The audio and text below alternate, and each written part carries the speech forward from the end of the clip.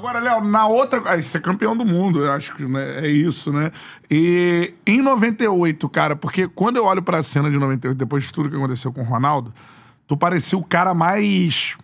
como é que eu vou dizer ali? Na entrada do time em campo. Não sei se eu tenho a percepção correta.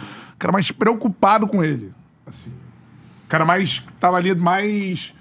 atencioso com ele, assim. Você entra, se eu não me engano, entra você e ele, né? Eu tinha relação muito próxima, né? Ronaldo jogava na Itália, em Milão também. A gente estava em Milão, na mesma cidade. E ele, quando começou também, assim, eu mais velho, a gente tinha essa relação de bater papo, de proteção mesmo, né? Porque ele começa com 17 anos na seleção, molequinho. Eu tenho 8 anos, 7 anos mais que o Ronaldo. Então, assim, tinha essa coisa da proteção, mas não só minha, acho que todo mundo estava preocupado com aquela situação. Eu acho que eu vivi realmente o problema, vivi o processo também, o processo de decisão, onde vai, o que faz, vai para o hospital, não vai, volta, joga. Eu vivi muito de perto, todo mundo viveu, porque estava na frente de todo mundo, mas eu realmente tinha uma relação que me deixou bastante, digamos, envolvido na situação, sim, bem mexido. Cara, é difícil, né, cara? Porque, assim, se fosse eu acho que não joga, teve um problema, beleza. Né? A decisão da comissão. Acabou, não tem problema.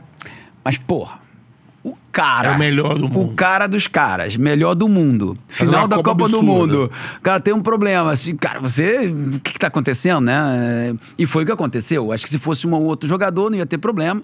Foi o Ronaldo, foi um grande problema de decidir e ele acaba fazendo, vocês já devem saber a história, isso foi publicado em tudo que é lado, ele acaba fazendo os exames, não se encontra nada de anômalo. Ele apresenta isso, ele chega aqui, ó, Zagallo. Não tenho nada, tá tudo bem. Era o companheiro de quarto dele, não, né? Não, era o Roberto Carlos, tava do lado com o Bebeto, meu quarto era do lado dele, era eu e o Bebeto e Roberto Carlos e o Ronaldo. Como é que tu, assim, tipo, tem uma barulheira e tu... Todo mundo chegou. Todo mundo no momento, todo mundo chegou. Inclusive chegou o médico e ele ficou reposando depois de ter tido. Só que ele não lembrava de nada, né? Não. Quando ele acordou, ele não lembrava de nada. Caralho. E foi muito complicado. E tu viu ele dentro, assim? Não, eu cheguei um pouquinho depois. Muitos até viram. Roberto Carlos disse que começou a gritar, Edmundo tava aí próximo. Todo mundo começou a chegar. Todo mundo começou a chegar. Então, assim, não era fácil administrar aquela situação. Inclusive, contar pra ele, né? Era uma coisa, né? Cara, tudo era complicado, né? Imagina, são 5 horas da tarde, você tá ali pensando o que vai fazer e o jogo às 8h30, entendeu?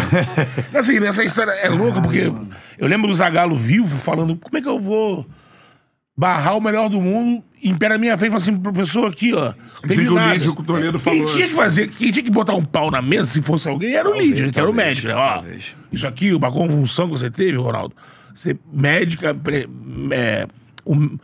a gente prescreve que a pessoa que tem uma convulsão fique, um tempo de repouso. História louca, né? Do cara acontecer isso, viver um massacre da situação. A gente veio pra cá, tinha CPI pra saber se a gente tinha vendido o jogo. Uma loucura do caramba. Que é isso? Se soubessem o que aconteceu, ficariam enojados. Confusão total. Isso aí me colocaram na minha boca, eu nunca falei isso. Isso aí? Eu falei isso, cara. Isso aí é o texto. Nunca falei que depois isso. vira pra tudo. É um fake, como é que chama? Cara, isso é uma fake news, Nada a ver, eu nunca falei isso e eu acho que eu sei o que aconteceu, então não tem nada a ver uma coisa com a outra, a dificuldade da situação era evidente, mas a gente volta à história que esse cara, 4 anos depois, volta, faz 2 gols, rei do mundo de novo. E não foi um ciclo normal. Incrível, 4 anos onde ele não estourou patela, arrumou, Eu ligo pra ele, eu era já comentarista naquela Copa. Eu fui 2002. Fui comentarista pra TV Tóquio, no Japão.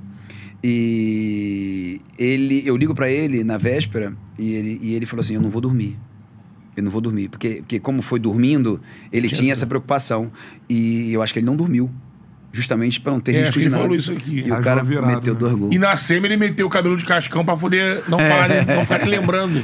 Eu acho que foi por acaso que depois ele contou como se fosse de propósito. Acho que ele achou bonitinho aquele treino. Ficar falando do cabelo e esquecer que é uma convulsão. Mas é uma história bacana demais, né? Qual é, meu parceiro? Curtiu esse corte que você acabou de ver? Então se inscreva no Charla pra dar uma moral pro melhor podcast de esportes do Brasil. Tamo junto.